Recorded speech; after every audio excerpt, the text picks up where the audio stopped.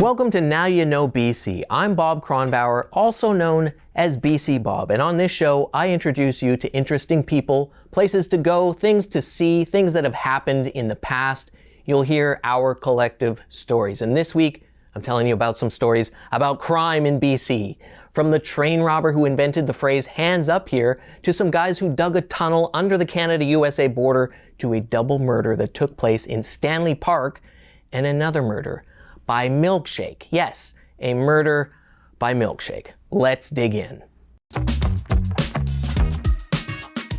Did you know that the phrase "hands up" was invented in BC? It's true. Bill Miner was the first guy to ever use it. At least that's what the lore tells us. He was our province's first and most notorious train robber, and he was known as the Gentleman Bandit because he was just so darned polite. It is said that when he first arrived, he got away with the first BC train robbery ever, which took place near Mission, before changing his name to George Edwards and settling onto a ranch near Kamloops, where he pretended to be just another ordinary guy, not a train robber. There, he teamed up with a couple other criminals named Shorty Dunn and Louis Calhoun to plan a train heist where they had hoped to get away with a fortune in cash.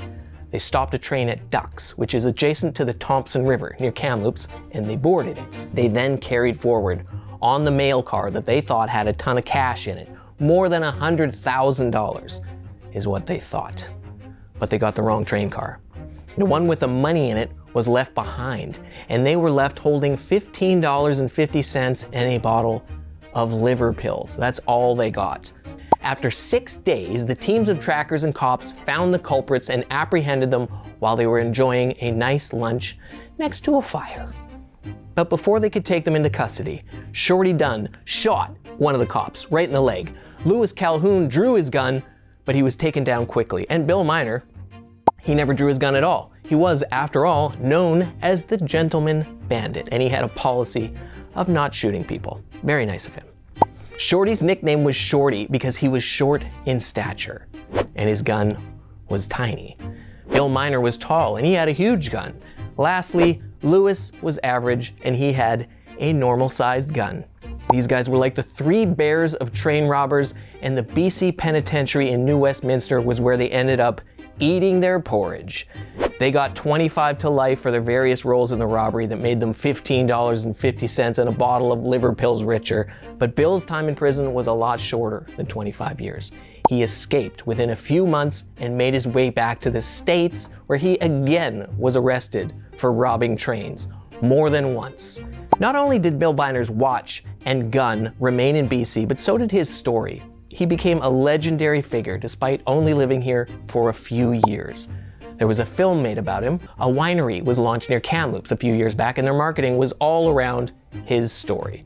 There have been no less than 2 pubs named after the guy, one in Maple Ridge and the other in New West, that operates on the same piece of land that they converted part of the old BC Penitentiary from. He was a true gentleman to the people on the trains he was robbing, but it was also because people hated the railway.